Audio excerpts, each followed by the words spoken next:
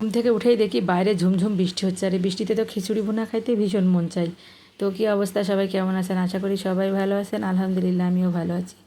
দেখেন এখানে কিন্তু আমি ভুনা খিচুড়ি করেছি, সাথে মুরগির মাংস দিয়েছিলাম, একটু ঝাল ঝাল করেছি। খেতে তো ভীষণ মজা লাগছিল, আমার দেখে তো জিহ্বাতে পানি চলে আসছিল।